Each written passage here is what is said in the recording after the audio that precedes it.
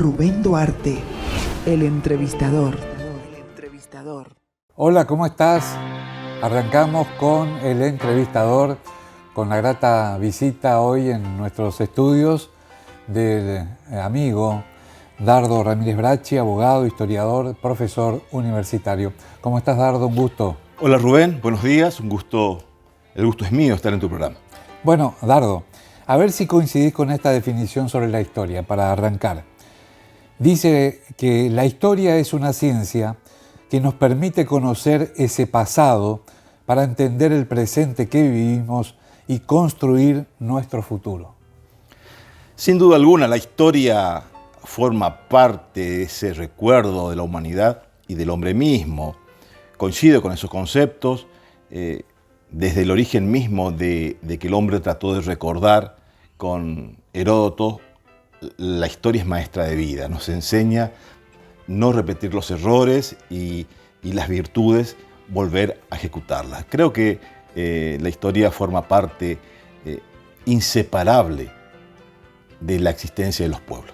Eso de no repetir los errores es relativo, porque la condición humana no está adaptada todavía, ¿no? Sí, es cierto, pero tenemos el espejo de lo cual no hay que hacer, pero realmente como que se tropiezan con la misma piedra nuevamente los pueblos y los hombres, ¿no? Vos sabés que estamos viviendo un tiempo vertiginoso, ¿no?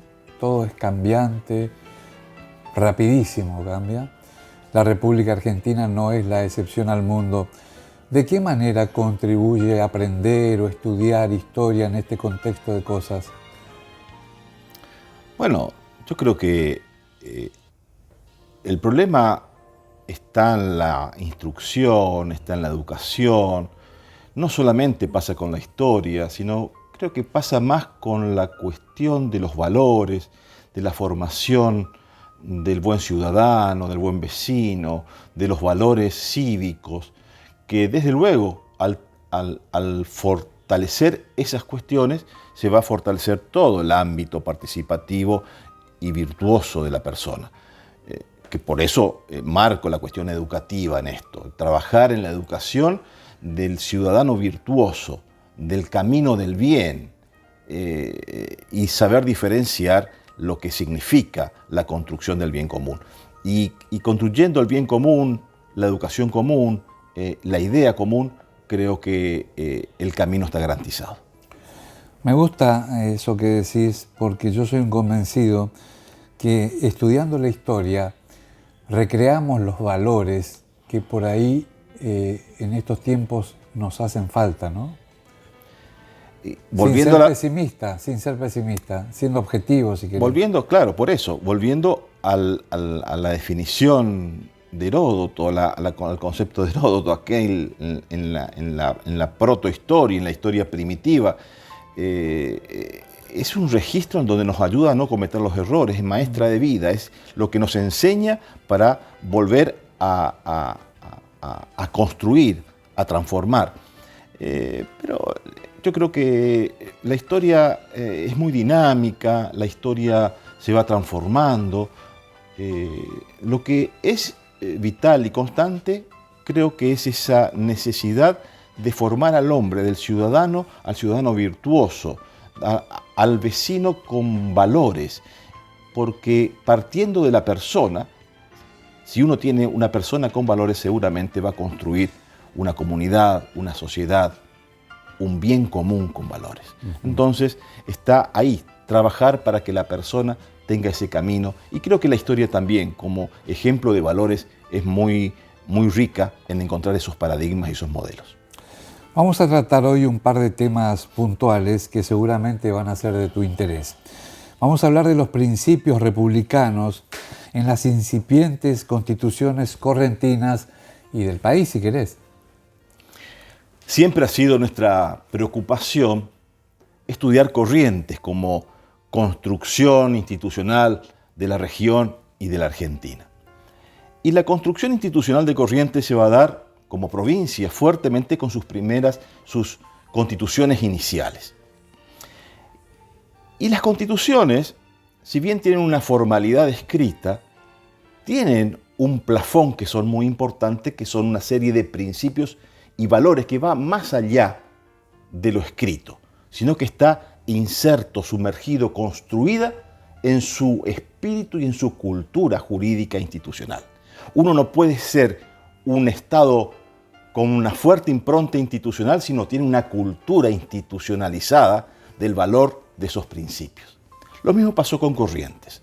Corrientes en los primeros 20 años, las 2 primeras décadas de su existencia política institucional, con su primera constitución en 1821 hasta 1839, gozó de 20 años de una prosecución continua de aplicación de la ley y de sus constituciones.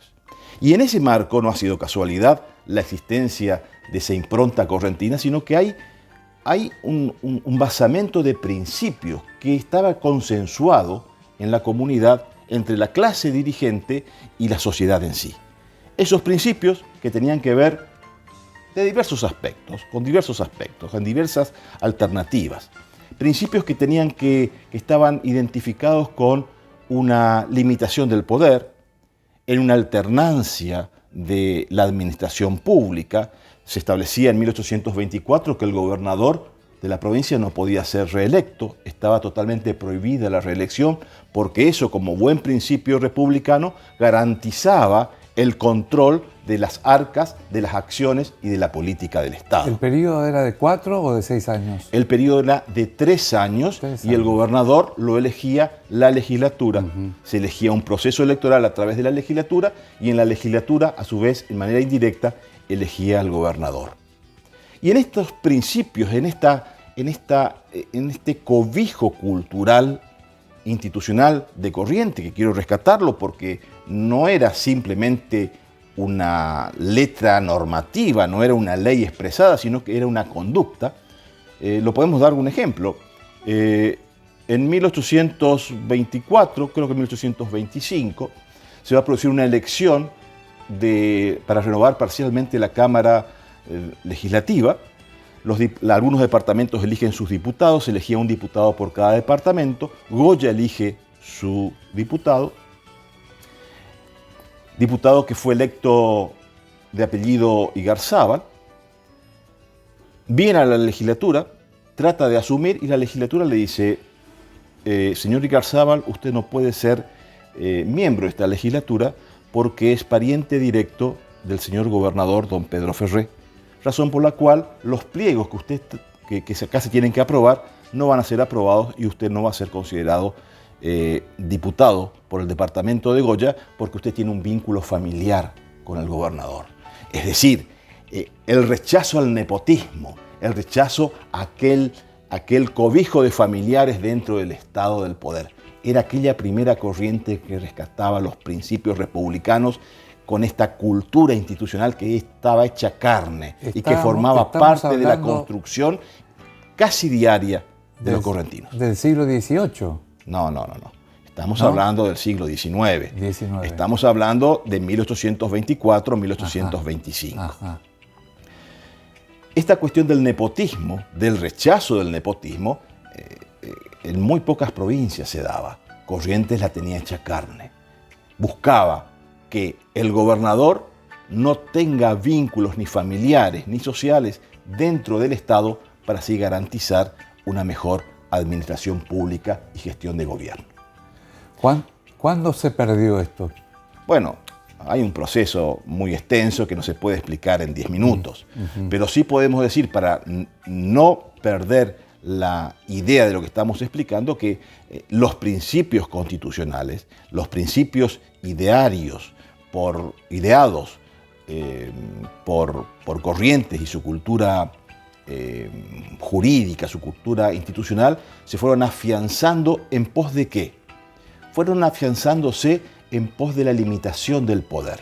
Porque estas dos cuestiones, de que el gobernador no pueda ser reelecto, de que el nepotismo no pueda ser instalado en el sistema republicano y constitucional correntino, también había otra alternativa de limitación del poder, como por ejemplo la implementación en la Constitución de Corrientes del juicio de residencia.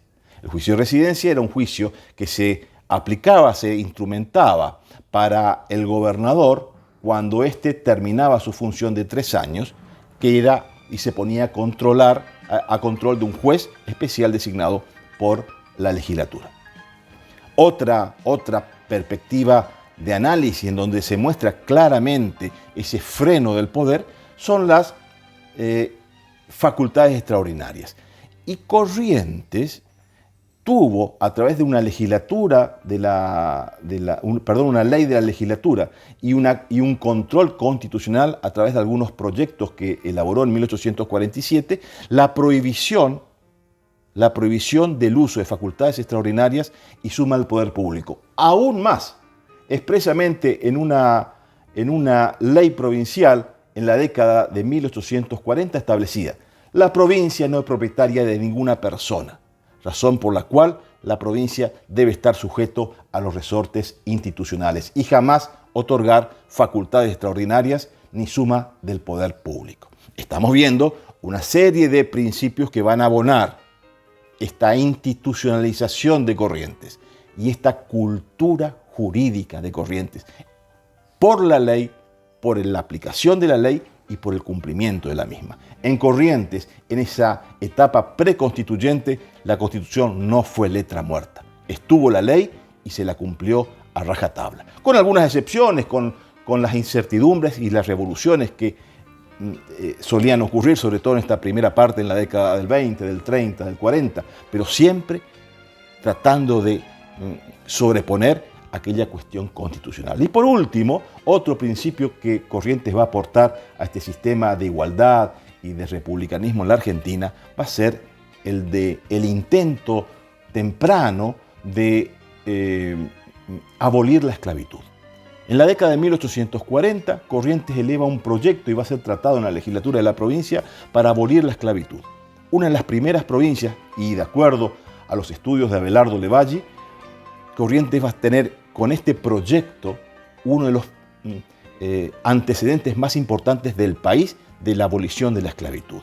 Y no solamente establecía este proyecto de ley para llevar adelante la abolición de la esclavitud de los hombres que adquirían su libertad incorporándose al ejército, sino también de ancianos, de mujeres, de niños, que el Estado se iba a hacer cargo de la indemnización del propietario del esclavo a través de la entrega de tierras fiscales y tierras públicas. Breve pausa, Dardo, y seguimos hablando. Muchas gracias. Ya volvemos.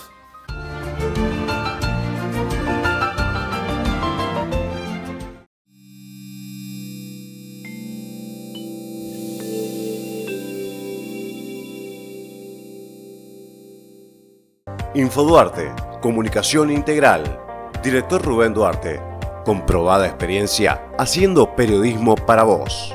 Todo lo que necesitas saber y todos los protagonistas que querés escuchar. Todo en un solo lugar. Radio, televisión, diario digital, redes sociales. El valor de la palabra y la información con la responsabilidad periodística de Rubén Duarte. Infoduarte, comunicación integral. Periodismo para vos.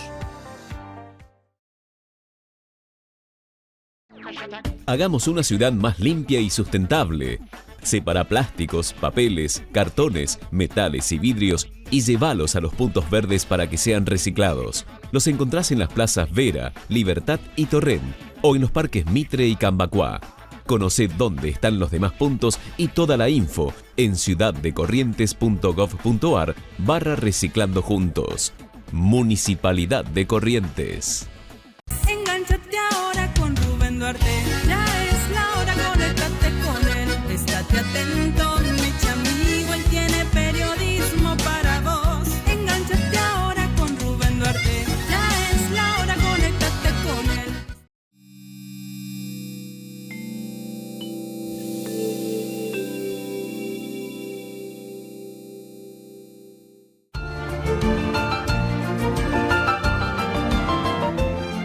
Seguimos hablando de historia con el amigo Dardo Ramírez Bracci. El tema 2, la seguridad individual en los primeros años del derecho patrio argentino. ¿Qué podemos hablar sobre el tema? La seguridad individual ha sido una de las preocupaciones permanentes en la evolución histórica del hombre y las instituciones. ¿Por qué? Porque el hombre trató de salvaguardar su libertad. Y desde tiempos muy tempranos, esa seguridad individual, esa seguridad del hombre estaba en riesgo ante las arbitrariedades del más fuerte y las arbitrariedades del Estado. Del Estado cuando se fue configurando como una idea monárquica absoluta del límite de aquellos que tenían el poder y lo ejecutaban de acuerdo a las arbitrariedades personales. Lo establecía un límite la ley, establecía un marco la ley, pero el Estado y los monarcas traspasaban como querían. En esa cuestión de las seguridades individuales, podemos sintetizar el concepto de que nacen para limitar, para poner una barrera a las arbitrariedades del Estado.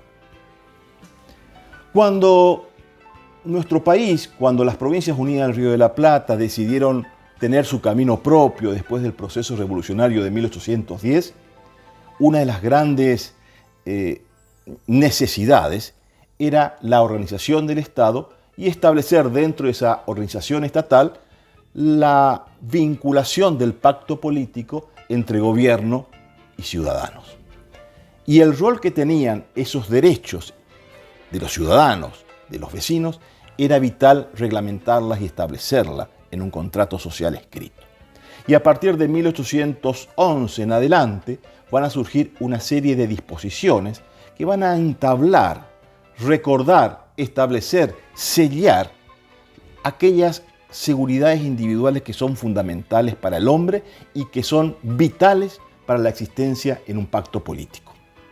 Por ejemplo, la necesidad de la garantía en juicio, de que para establecer una sentencia debe haber un proceso anterior, de que una persona no puede ser arrestada sin una orden escrita de un juez competente, de un juez natural, no cualquier juez, sino el juez de la jurisdicción.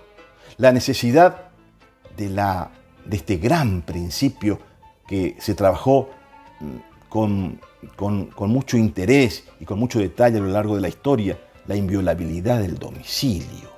Qué importante es este principio de la inviolabilidad del domicilio para la garantía de la libertad individual. Y a partir de este principio de seguridad individual que comienza a establecerse en el país con más ahínco, con más fuerza, la inviolabilidad del domicilio adquiere gran relevancia. Pero no solamente la inviolabilidad del domicilio, sino también la inviolabilidad de la correspondencia epistolar.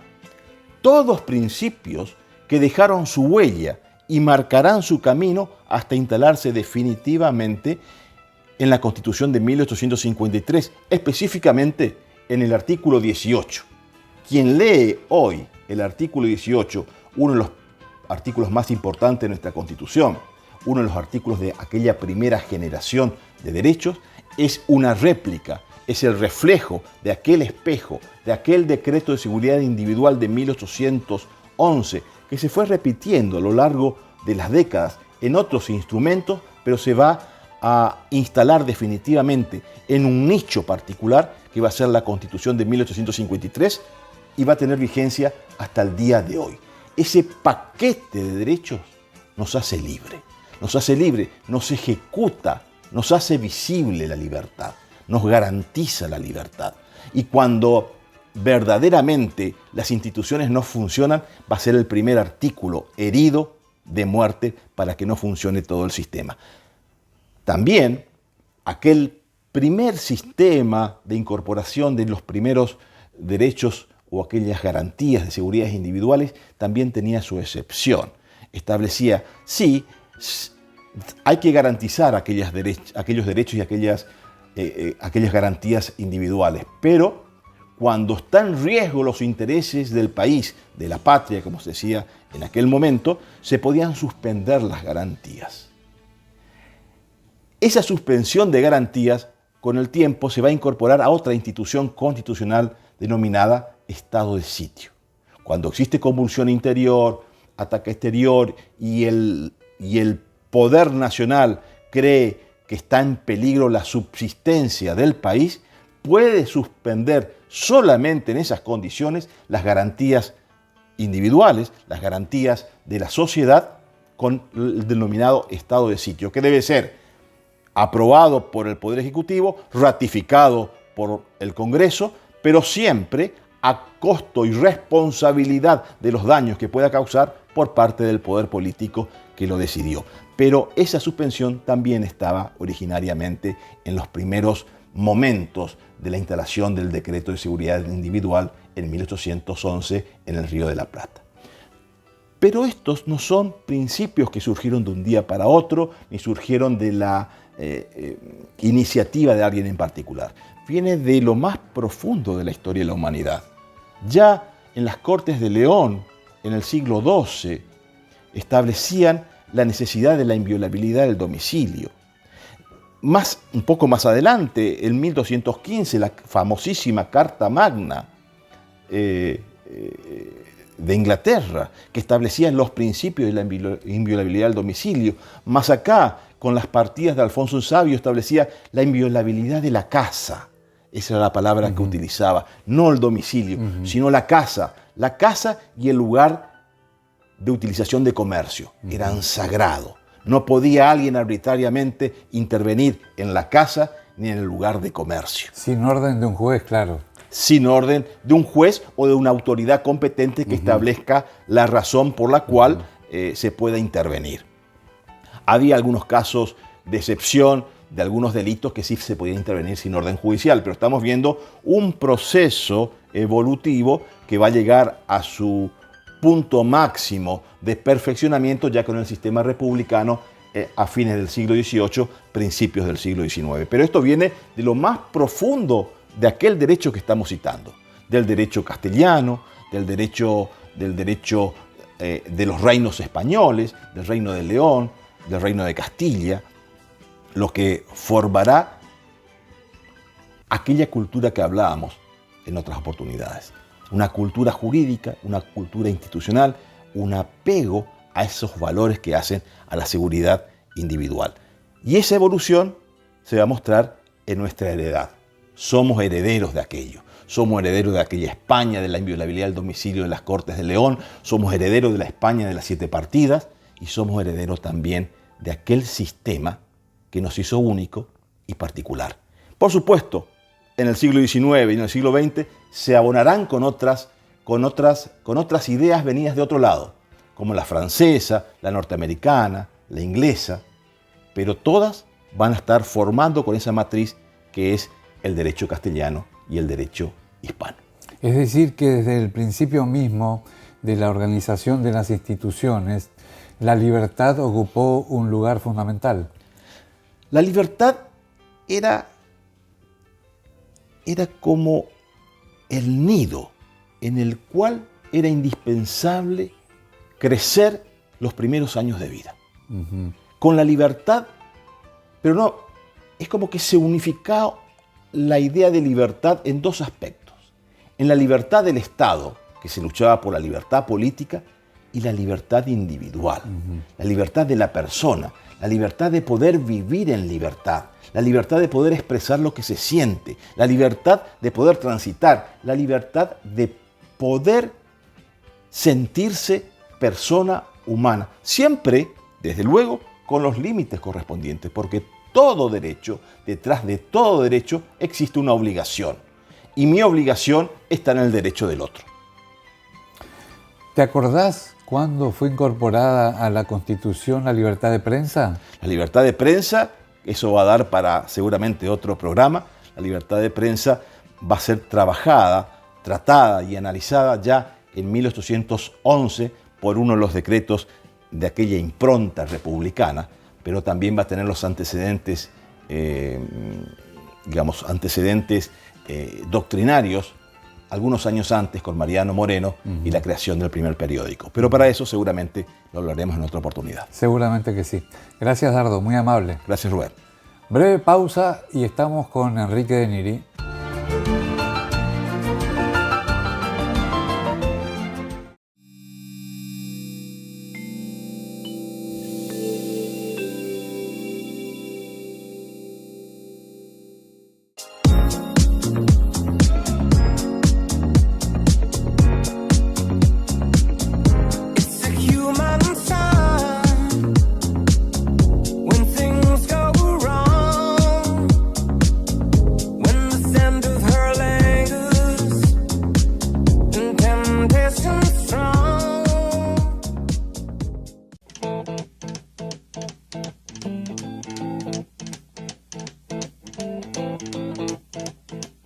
rumors spreading round in that Texas town about the shack outside the game. And you know what I'm talking about. Just let me know if you wanna go. Una palabra. Con Rubén Duarte. Analizando la actualidad ciudadana. Con Rubén Duarte. Una palabra. Una palabra nada más.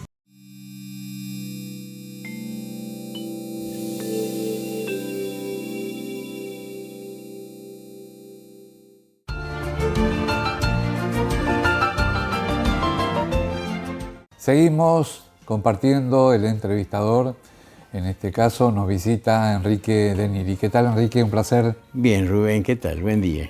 Buen día. Bueno, hoy tenemos varios temas para tocar. Uno de ellos, la República Entrerriana y la recuperación de la autonomía de Corrientes. Corrientes, después de la Revolución de Mayo, se convierte en una zona de frontera. De vivir in the hell of the world, del virreinato, resulta que Buenos Aires tiene de un lado los portugueses, del otro lado los paraguayos y del otro lado los indios. Y todos codician las cosas que Corrientes tiene. Básicamente que sí, es el ganado, la gran pelea por el ganado. Y aparte hay gente, hay las luces, o sea, la ciudad. 1814 se produce un... En realidad el problema empieza con Belgrano. Cuando Belgrano viene al Paraguay, es el primero que pone en valor, por decir así, a la provincia de Corrientes. Y Corrientes descubre de buenas a primeras de que, bueno, están en el camino de todo. Un lugar estratégico. Exacto, absolutamente estratégico. La expedición de Belgrano, digamos, es una victoria política y una derrota militar.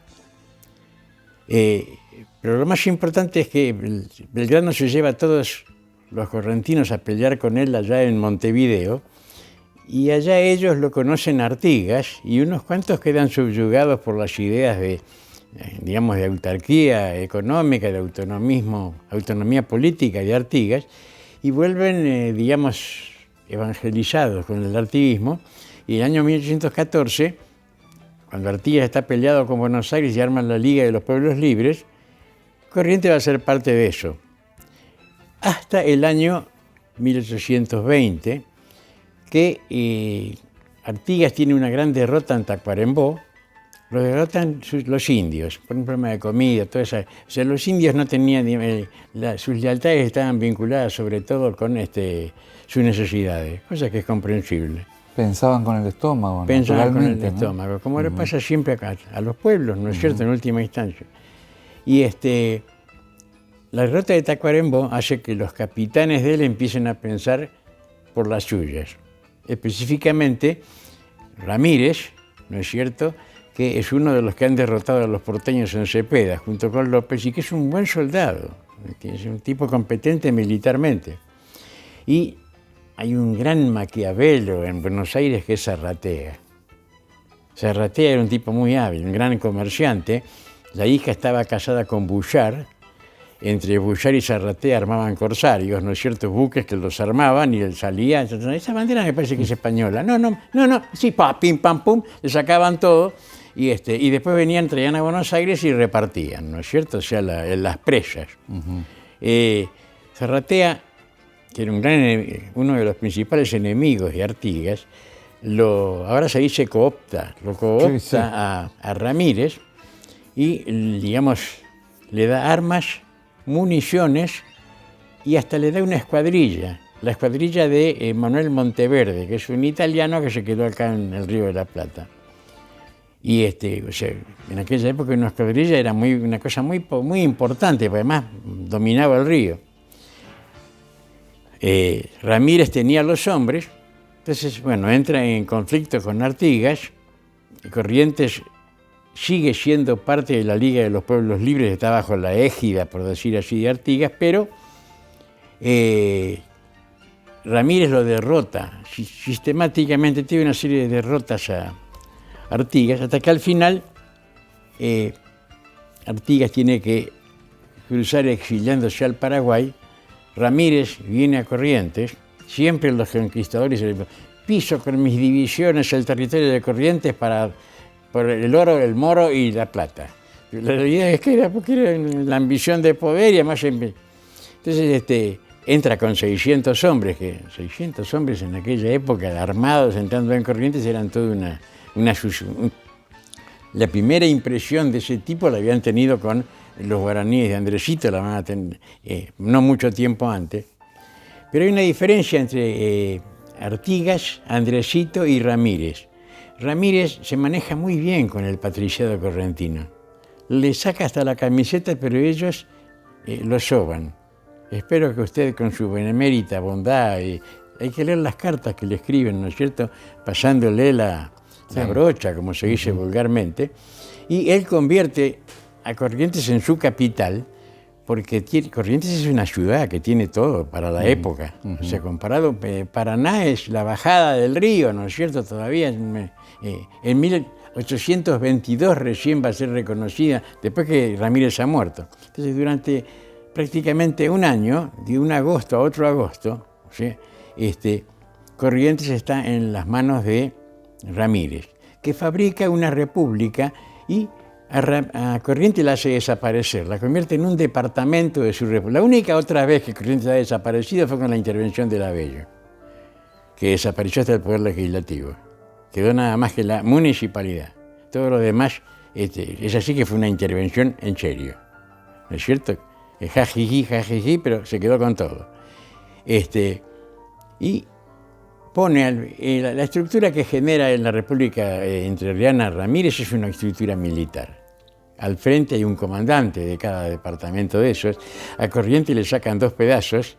Esquina pasa a depender, ¿no es cierto?, de Entre Ríos, y lo mismo la zona de Mocoretá, que va para Concepción del Uruguay. O sea que se achica bastante Corrientes. Hace todo acá Ramírez, o sea, trae una imprenta, hace toda su papelería, y tiene que elegir después para qué lado va. Es un conquistador, tiene armado un ejército, tiene la idea de ¿a dónde voy? ¿Voy hacia el Paraguay o voy hacia Buenos Aires? El Paraguay tiene la ventaja de que ahí podía sacar soldados. La gran preocupación de él es sacar soldados. ¿De dónde obtener hombres? Reclutar. Claro, que era el gran problema, eso lo dice Pujol, ¿no es cierto? El problema era cómo levantar un ejército en un lugar que no hay gente, no hay hombre. Y la cuestión es que Zarratea, una vez más, hace sus manejos de trastienda, y en el camino entre Buenos Aires y Ramírez está Santa Fe. Y López entra, digamos, en connivencia con, no sé si sí connivencia, entra en sociedad, ¿no es cierto?, con Zarratea, y bueno, y cuando Ramírez primero tiene que ir y derrotarlo a López, que había sido su aliado contra los porteños. Qué habilidad la de los porteños, qué habilidad la de Zarratea, ¿no es cierto?, divide et impera, primero, ¿no es cierto?, a Ramírez, después o sea, y todo contra Artigas. Y entonces entra en Santa Fe, pero no solamente es derrotado, sino que lo matan. De una forma muy de la época, porque le cortan la cabeza, López la hace embalsamar y la cuelga en la Galería del Cabildo, en una jaula. Digamos, el marketing de aquella época era bastante duro, ¿no es cierto? Sí. Y ahí es cuando Corrientes recupera su autonomía, un 12 de octubre de 1821, que es una fecha que ha quedado totalmente olvidada, pero que es importantísima porque Corrientes, como dice Hernán Gómez, recupera su calidad estadual, se vuelve a ser un estado. Ahí ha desaparecido. Una fecha que debiera ser gloriosa y no es recordada, ¿no? Sí, debería ser por todo lo alto, porque es una fecha de las fechas capitales de Corrientes. Y después, bueno, Corrientes va a sacar sus enseñanzas, como ha hecho siempre, ¿no es cierto?, también de la República Entrerriana. Hay cosas que... Porque una de las cosas que hizo Ramírez, ni bien llegó, suprimió el Cabildo. El Cabildo era el órgano de gobierno de la ciudad, de la provincia, porque la ciudad es una ciudad colonizadora, pobladora, ¿no es cierto? La expansión territorial ya es a partir de la ciudad de Corrientes. Y lo primero que hace él, suprime el Cabildo. y lo reemplaza por una alcaldía y un alcalde mayor. Y entonces, el tema es, cuando una institución se destruye, volver a hacerla, es imposible volver para atrás. En nuestro país es importante entender eso, pienso yo, porque este es el país de la restauración con Rosas, la reconstrucción con el peronismo y la reorganización con los militares. O sea que la pero para atrás. O sea, no pensando en el futuro, sino a ver si ponemos todo como estaba antes. Y como me dijo alguien alguna vez, un plato pegado con Poxipol nunca es igual al plato sano. Pero Corrientes sacó experiencia de esa República Entrerriana para, por ejemplo, el Cabildo funcionó un poquito más y ya en 1821, ¿no es cierto?, recupera su autonomía. Corrientes en el 24 lo suprimieron, ya desapareció definitivamente. Con las lamentaciones de algunos, porque por ejemplo, Mantilla y Hernán Gómez dicen de que fue un error muy grave haber terminado con el Cabildo, que era el sistema ese comunal funcionaba, claro, además el poder estaba permanentemente en manos de los que, no de los que estaban más capacitados solamente, sino de los que tenían mayores intereses para ejercerlo. Por eso eran ad honorem, no cobraban. Claro. Ahora no, ahora tienen el honorable, pero es un título, pero no es honorable porque venía de trabajar por el honor, ¿no es cierto? Claro. Hacemos una pausa, Enrique, y seguimos con otros temas.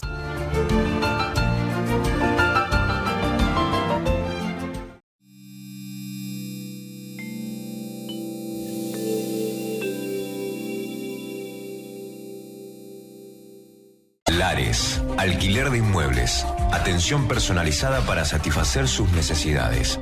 España 1478, planta baja, oficina A.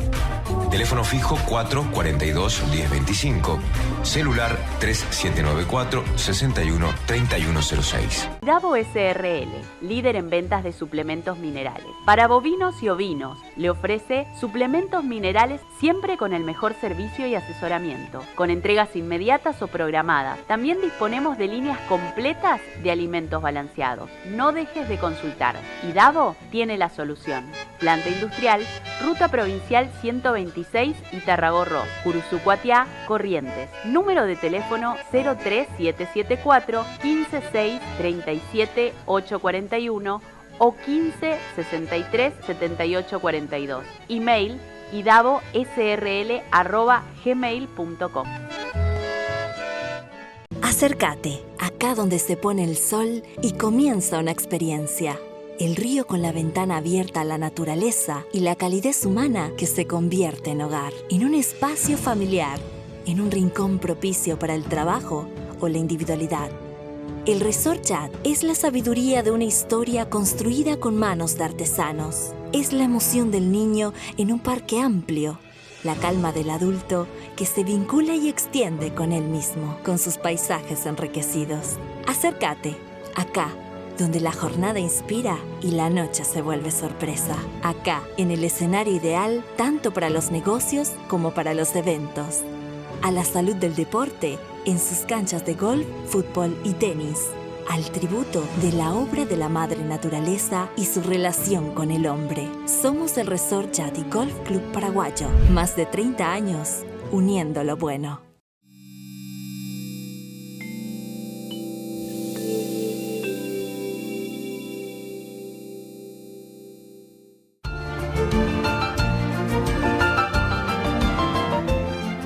Nos quedan dos temas para la edición de hoy. Vamos al siguiente. Los sucesos finales de la ocupación paraguaya a la provincia de Corrientes en 1866. Octubre es un mes importante para Corrientes. O sea, no solamente por el Caraí octubre, sí, sino porque cambia el tiempo. O sea, todas las actividades que habían sido frenadas por el invierno, que hacían que Heidi se la pasara encerrada en su casa cantando el Leleley y mirando cómo en la parte de abajo vivían la cabrita y la vaca, acá con un clima mejor, pero lo mismo. Eso es notorio en Corrientes, empieza a hacer calorcito y salimos todos a la calle, los viernes ya es un revuelo. Y Paraguay había invadido Corrientes, Solano López, Había invadido Corrientes en abril del 66. En octubre la situación ya se le hizo insostenible por la derrota de Riachuelo, por la toma de Uruguayana, la pérdida de todo un ejército, el de Estigarribia que quedó, se rindió en Uruguayana. Entonces empieza a retroceder y se van llevando todo lo que pueden, ¿no es cierto? Por ejemplo, el ganado, que ese es el trabajo de los paraguayistas. Los paraguayos los usan para que recolecten el ganado porque saben dónde buscarlo, porque son de acá. Y entonces en octubre, ¿no es cierto?, se van a cruzar. La Armada brasileña, es toda una historia aparte de por qué no actuaba, ¿no es cierto? Pero la cuestión es que a vista y paciencia de los barcos de Brasil, que son los dueños del río, los paraguayos, con unos barquitos, un poquito, unas canoas y qué sé yo, cruzan todo eso y demás, y cruzan las vacas. Se les ahogaron un montón murieron de hambre. Según Ramírez Braschi, se llevaron más o menos 950.000 cabezas de ganado. 950.000 cabezas de ganado, entre caballares, ¿no es cierto?, vacunos y ovinos. Pero murieron un montón. Pero al total pasaron como 100 y pico de mil o 200 y pico de mil. Y entonces, a mediados de octubre va a entrar de vuelta el que siempre está haciendo punta detrás y picando la retaguardia paraguaya, que es Nicanor Cáceres en la ciudad. Y ahí está la madre de Dominguito, el hijo de Sarmiento, le escribe al hijo para esta época más o menos diciéndole: ahora es difícil la cosa porque Solano López está en su territorio y nosotros no sabemos qué es lo que hay ahí. Y es cierto, Paraguay era una tierra ignota. Francia no había dejado entrar a nadie, Carlos Antonio López tampoco, así que no tenía ni idea de dónde estaban entrando. Enrique, otro tema, el momento en que los correntinos, en 1811, se incorporan a las filas de Artigas en Montevideo. Y eso es lo que estábamos hablando un poquito antes. O sea, los que han ido con Belgrano, por ejemplo, Perú Gorría, Juan Bautista Méndez, toda la gente que van a ir junto con Belgrano al sitio de Montevideo. En el sitio de Montevideo lo conocen Artigas cuando Artigas se abre, porque se pelea con Buenos Aires, porque no está conforme con la forma que Buenos Aires... Es una puja entre varios lugares. De un lado están los portugueses que quieren la banda oriental, del otro lado están los partidarios de los portugueses en Montevideo y los comerciantes de Montevideo. Enfrente están los comerciantes de Buenos Aires. Son todos adversarios, no son amigos, no son una Unión Europea de nada, porque la Unión Europea también se las trae, ¿no es cierto? Y entonces, como el mensaje de Artigas los capta, se quedan con él. Quiero hacerle una pregunta para concluir con la entrevista. Estamos viviendo un tiempo convulsionado en la República Argentina desde el punto de vista político y electoral. ¿La historia en este contexto de cosas hace algún aporte a la realidad de hoy? ¿De qué sirve aprender o estudiar historia? Para ver en qué momento hemos hecho lo mismo una y otra vez. Porque nada nuevo bajo el sol. O sea, estamos... o sea, nada cambia, digamos. Hay Vico, que era un italiano, habló de corsi e ricorsi, como si que no es que se repite la historia, sino que es como un sacacorchos, como una espiral. Una espiral. Que vuelve, porque lo que pasa es que la gente hace las mismas cosas, las mismas ambiciones, las mismas lealtades, o sea que las personas buenas son parecidas a través del tiempo y los malvados también. Las buenas acciones se replican en el tiempo y las malas también. Entonces creo que lo estamos viendo bien ahora, ¿no es cierto? Porque uno tiene que decir quién es el bueno y quién es el malo entre Ucrania y Rusia, y no hay mucho para elegir, ¿no es cierto? ¿Quién es el que está tratando de destruir Ucrania? No sé, no es muy difícil ver, ahora la historia se repite, ¿cuántas veces pasó eso? Ya Mackinder decía que Ucrania era el granero del mundo, ¿no es cierto? Que era el corazón continental. Y que el que dominaba eso era, digamos, el dueño del mundo. O sea, hace poco estaba, no sé quién es el que dice que, en última instancia, ¿no es cierto?, el que gane en Ucrania va a ser el dueño de el centro del mundo por un montón de razones, y porque además históricamente, por más que se lo piense planimétricamente y demás, pero de ahí es el modelo. Lo que uno saca es para no cometer los mismos errores, que yo creo que lo vamos a seguir cometiendo. Los argentinos siempre soñamos con caudillos y ni siquiera sabemos obedecer jefes. Los valores que nos muestra la historia superan a los de la actualidad, como ejemplo, digo, como espejo para mirarnos. En los ideales sí, y en las anécdotas también. En los hechos, los hombres eran los mismos, las mujeres también, o sea, las mismas, digamos, mezquindades, las mismas pequeñeces. Nosotros vivimos en un país en el que lo fusilaron a Liniers. Era el héroe de la Reconquista y al poquito tiempo lo despachan sin pena ni gloria ahí en Cabeza de Tigre. Tenemos grandes... Ojo, el exilio en la Argentina es una etiqueta de marca, ¿no es cierto? Hay que venir, hay que haber triunfado en el exterior para ser reconocido acá, ¿no es cierto? Messi no cayó de una paracaídas, vino de Barcelona, triunfó en Europa, ¿no es cierto? Y después lo descubrimos. Eso pasa siempre.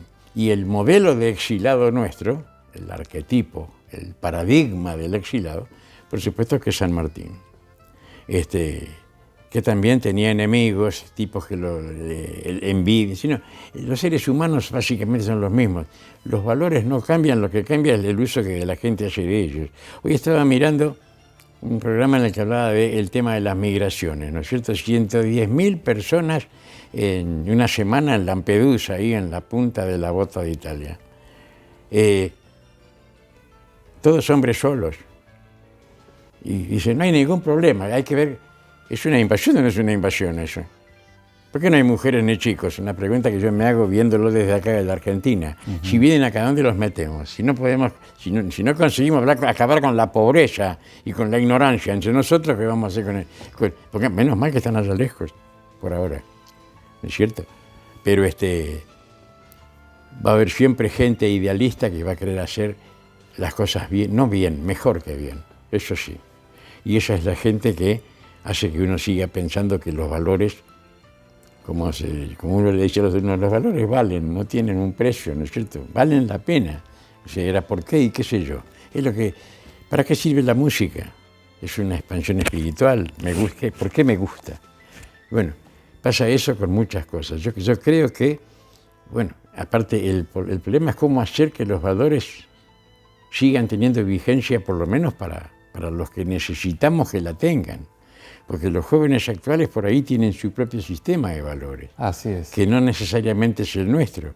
Y por ahí nos podemos llevar una sorpresa, descubrir que no solamente estamos de moda, que estamos pasados de moda, sino que además somos prescindibles y nos van a, como la basura, nos van a ir barriendo para afuera.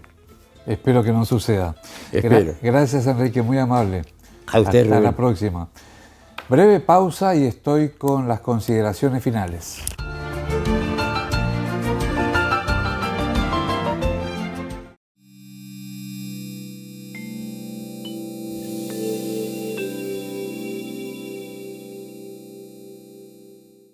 Infoduarte, comunicación integral. Director Rubén Duarte. Comprobada experiencia haciendo periodismo para vos. Todo lo que necesitas saber y todos los protagonistas que querés escuchar. Todo en un solo lugar. Radio, televisión, diario digital, redes sociales. El valor de la palabra y la información con la responsabilidad periodística de Rubén Duarte. Infoduarte, comunicación integral. Periodismo para vos. Septiembre es el mes de la juventud en Corrientes. Se viene el mes de la juventud y te contamos por qué elegimos Corrientes. Yo elijo Corrientes para estudiar porque no solamente hay universidades y terciarios, sino que también cursos gratuitos como los de la Academia IT y Crear Más. Elijo Corrientes porque hay muchas opciones para potenciar nuestros emprendimientos, como ciudad de diseño, ferias, eventos, capacitaciones y asesoramientos. Porque en la oficina de empleo tenemos herramientas y capacitaciones para acceder a nuestro primer trabajo. Porque todos los fines hay algo para hacer. Peña, Money Sunset, patios gastronómicos y de cervezas artesanales para disfrutar con amigos. Y este mes hay muchas más opciones para nosotros. Conocelas en ciudaddecorrientes.gov.ar/mes de la juventud.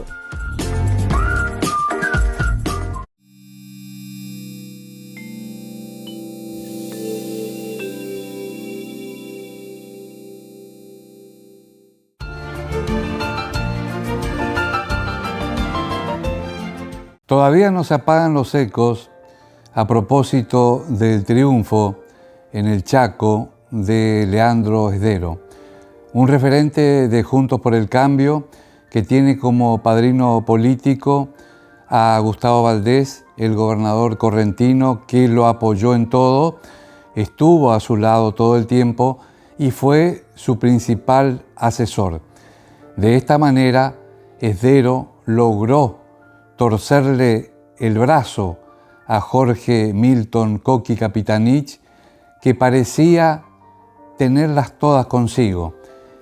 Iba por 20 años al frente de la provincia y el kirchnerista, el niño mimado de Cristina Fernández de Kirchner, perdió la elección. El kirchnerismo fue sepultado literalmente en la provincia del Chaco. No hizo falta una segunda vuelta. Nuevo fracaso de los encuestadores que vaticinaban un palo a palo en esta elección y una segunda vuelta casi firmada. Esto no sucedió. Leandro Esdero, un joven chaqueño de 52 años, ganó la elección en primera vuelta. En el festejo, con lágrimas y emoción, estuvo Patricia Bullrich, que se jugó y vino, sabiendo que Esdero iba a ganar. Y comentaban en el palco, en la tribuna, en el momento de hablar, cuando se proclamó Esdero como ganador ante el reconocimiento del propio Capitanich. Entonces se acordaban como 3 años atrás, cuando fue electo diputado provincial en Buenos Aires, en un acto, Patricia le dijo a Leandro: vas a ser el próximo gobernador del Chaco. Esto se cumplió el pasado domingo. Se le suma a este resultado tan auspicioso y positivo para el espacio de Juntos por el Cambio el resultado de Maxi Puyaro el domingo anterior en la provincia de Santa Fe, con un triunfo aplastante. El kirchnerismo y los libertarios vienen de derrota tras derrota en los distintos estados argentinos. Se va a votar también el próximo domingo en Mendoza, con un resultado, según se presume, también favorable al espacio que lidera hoy por hoy Patricia Bullrich, porque es además la presidenta del PRO en uso de licencia, lo que me parece un dato no menor. Esto eleva la jerarquía política de Patricia y además es la candidata a presidenta de la Nación, que tiene muchas chances de ganar. En las últimas horas se ve con cierto temor tanto a los libertarios como al oficialismo gobernante a nivel nacional.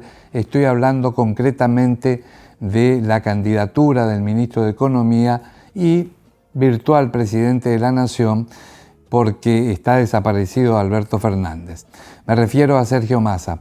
Miran con asombro cómo en las distintas provincias y municipios vienen cayendo en el resultado, y Juntos por el Cambio viene sumando cada vez más en el territorio nacional.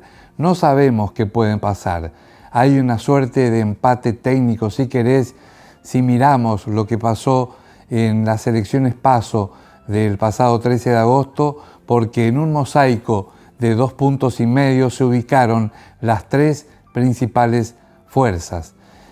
Juntos por el Cambio, que ocupó el segundo lugar el 13 de agosto, el primero los libertarios encabezados por Javier Milei y el tercer lugar Sergio Massa. Pero está todo por verse. En el momento en que estamos haciendo este programa, falta un mes para el 22 de octubre. De tal manera que hay mucho por caminar, mucho por militar, mucha actividad proselitista por realizar. El país está observando muy atentamente lo que está pasando. Lo cierto es que el gran perdedor, entiendo, va a ser el kirchnerismo, porque acordate lo que siempre te manifiesto. El peronismo de Perón, el verdadero peronismo, no está en el kirchnerismo. Está disperso en otras fuerzas. También está con los libertarios, también está en Juntos por el Cambio, también está con Chiaretti y Randazzo. El peronismo real no está con el kirchnerismo ni con la izquierda violenta que día a día ve perder sus posibilidades de ganar la presidencia de la nación con el candidato Sergio Massa.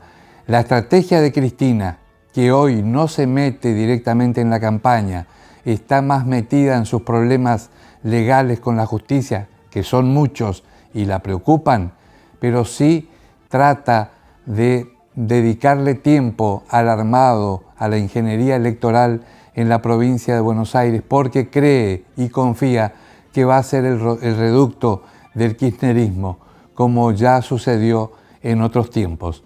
Pero todo está por verse, falta todavía algún tiempo. En la Argentina tan cambiante, con una hiperinflación a punto de arrancar, con 2 dígitos de inflación en el mes pasado y con igual pronóstico para este que estamos transitando, es una preocupación permanente. Los precios se remarcan todos los días. Hay actualización, hay aumentos, las tarifas también preocupan, el aumento del combustible, en fin, hay una preocupación aún doble, que es cuando falta el alimento, la comida en la clase media argentina, cuando falta el dinero para comprar el medicamento para nuestros abuelos, cosas que hace tiempo no pasaba. Es una preocupación, pero también una obligación que nos obliga, y valga la redundancia, a ocuparnos más de la política, a interiorizarnos más, y los jóvenes son un elemento fundamental. Dios quiera que no se dejen llevar por cantos de sirena ni por espejitos de colores. Acá la única verdad es la realidad, o a veces también la imaginación. Esto es el riesgo que corremos. Soy Rubén Duarte, el entrevistador.